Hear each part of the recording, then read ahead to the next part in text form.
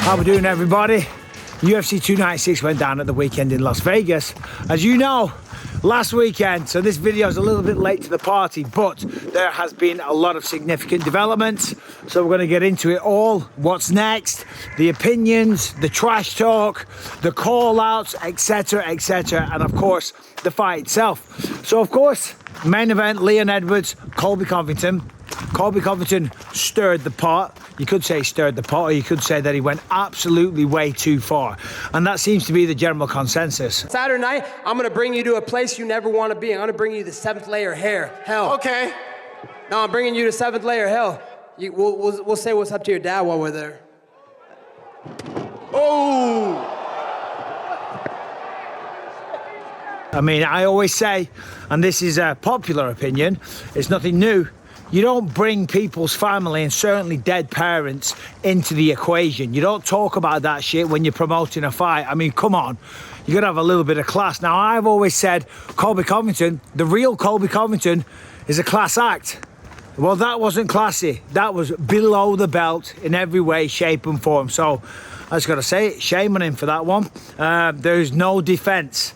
And to be honest, he didn't even show up in the fight. So, I thought Leon really controlled himself fantastically.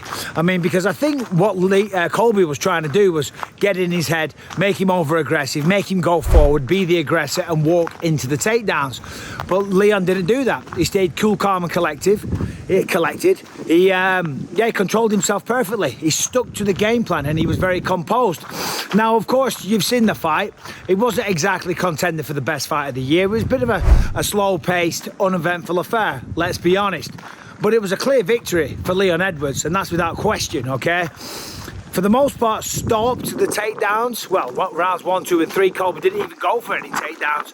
Didn't really go for any strikes, and neither did Leon, because I think Leon, again, to stop the takedowns, didn't want to be too aggressive. He was looking to counter-strike and sprawl and brawl. Did get a takedown or two of his own. Did engage in some takedowns as the fight progressed. Rogan came out and said he thought that was ill-advised.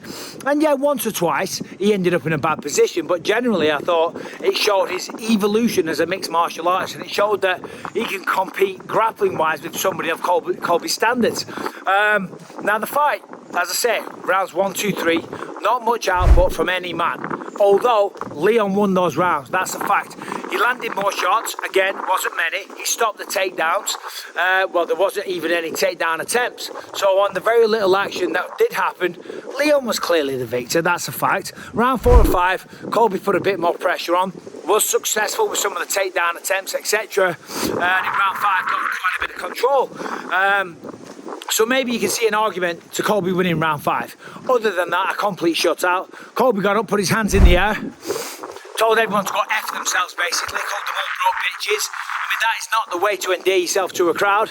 And it's crazy because the whole MMA community have kind of turned on him. You know, Colby was very popular. His stock has plummeted, okay? And I'm not trying to rip on a man while he's down, but if you're going to bring up somebody's dead father, then you can bring up a fair response and a fair review of the fight. The fight was garbage, man. The fight was shit. And everyone's talking crap about it, not just me. And one person in particular that's talking shit is Islam Makhachev. Makhachev is, of course, the lightweight champion and that stunning knockout victory over Volkanovski. And he's come out and said that fight was crap. I would have finished the pair of them, okay? And he's calling out Leon Edwards next. Now, of course, I understand him wanting to do that. We all want to be great. We all want to be double champions. But you've got to defend against someone in the lightweight division. It's as simple as that. Your last 2 fights have been against the featherweight champion, Volkanovski, as we know, right? You got to give someone a shot, whether it's Justin Gaethje, Charles Oliveira, whoever else. Right? There's a ton of contenders in the lightweight division. I understand he wants to fight Leon Edwards. I understand that that will be essentially a free fight. Win or lose, he's still the champion, but come on, man. Now, I'm not trying to rip on Leon either, but Leon's doing the same thing. He's talking about fighting the winner of Duplessis versus Sean Strickland. And that, again, is crazy because there's a lot of contenders on that card. Shavkat Rakhmonov became 18-0, all finishes, undefeated. Of course, there's Belal Muhammad out there as well. I'm talking about being out there. I'm out here. It's pissing it down. I'm back in the northwest of England. Always good to be home. But this weather, it is raining, it is cold, it is miserable, it is grey. I haven't seen sunlight in quite some time, but got a reason to smile because Leon Edwards is still the champion. And I thought he handled himself with absolute class from start to finish. Generally, he always does. He always does. So what's Colby going to do? Dana came out and said he looked old and he looked slow. Colby's been in big fights before. This isn't Colby's first rodeo. He's been in big fights, and Colby just looked slow and old tonight, in my opinion. I didn't think he handled himself too good, certainly in front of his hero, President Donald Trump. You know what I mean? Trump walked out halfway through his post-fight speech. He had the suit on and all the rest of it. But even though Colby's a brash character, you would have thought that he would have a bit more respect, calling everybody broke bitches and stuff like that. I mean, come on, man. I thought he won the fight. So it's all perspective in this life. I will come back stronger. Mark my words. God bless everybody for coming out. Thank you all for your support. Thank you all for the hate. You're all a bunch of broke anyways. You. Everyone in the crowd, people paying, people supporting him, booed on the way in, cheered on the way in, booed on the way out. So, I mean, that was unbelievable from Colby, to be honest. And what does he do now? I mean, he hasn't exactly been active. And he's calling for a fight with Stephen Wonderboy Thompson. I mean, I kind of get that because Wonderboy lost and he lost, okay? Whatever, all good. If that goes down, I got no problem with it. Who's next for Leon? Well, it ain't the winner of Sean Strickland versus Dricus du Plessis, and of course you saw that fight. Them two got into that. Oh, and then, wow. Oh, my goodness. oh wow. Out of nowhere. That's fucking illegal. Dana owned it. He said, shouldn't have sat them two next to each other, but... So what kind of an asshole sits Strickland next to du Plessis? This asshole. That's who. All right, so that's on you. Well, I don't know what humans you can sit Strickland next to, but definitely not du Plessis. It is what it is. These are grown men. These are alpha males. One's the champion of the world, one's the contender. You put them in close proximity. You throw a couple of beers maybe in the mix, although they shouldn't be drinking because they're fighting in a few weeks. But shit's going to pop off, certainly with Sean Strickland. I did think it was nice how he pushed Gilbert Burns' son out of the way before he launched on him, literally.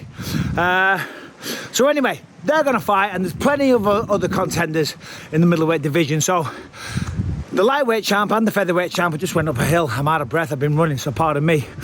They've got to defend against their respective divisions. Now, speaking of Islam and Leon, they had a lovely little moment backstage. Both paid respects to one another, had a nice little embrace. Habib was there in the action as well.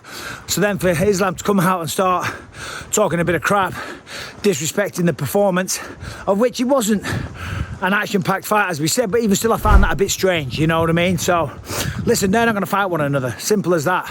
The lightweight division is the most stacked, okay?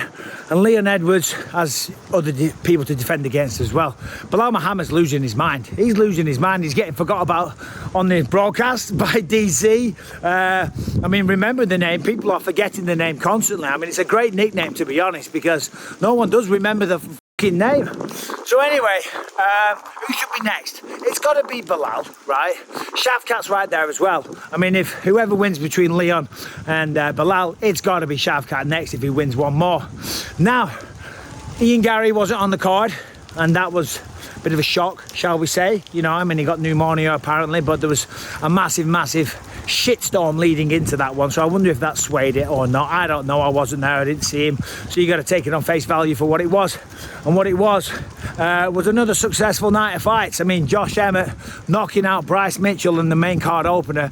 Oh my God, one of the most vicious knockouts you'll ever see. That man's power is absolutely ridiculous. And yeah, pretty decent fight night from top to bottom. Well done to Pantoja retaining the belt.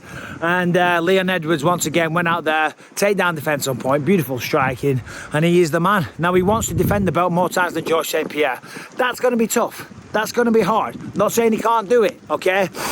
But Kamaru, Colby, both towards the end of their career, tail ends of their careers. You know, some fresh meat, Belal Muhammad, Shavkat Rakhmonov. There's a lot of contenders. There's Gilbert Burns still out there as well. Welterweight's a deep division. So anyway, that's about it. Saturday, I stayed up till 6:30 in the morning watching those fights. Because there, Tales from the Octagon 2 in Manchester. Now, Tales from the Octagon was a massive success. Thank you for everyone that came out. The Manchester night was just unbelievable. The crowd was fantastic. We had a lot of good laughs.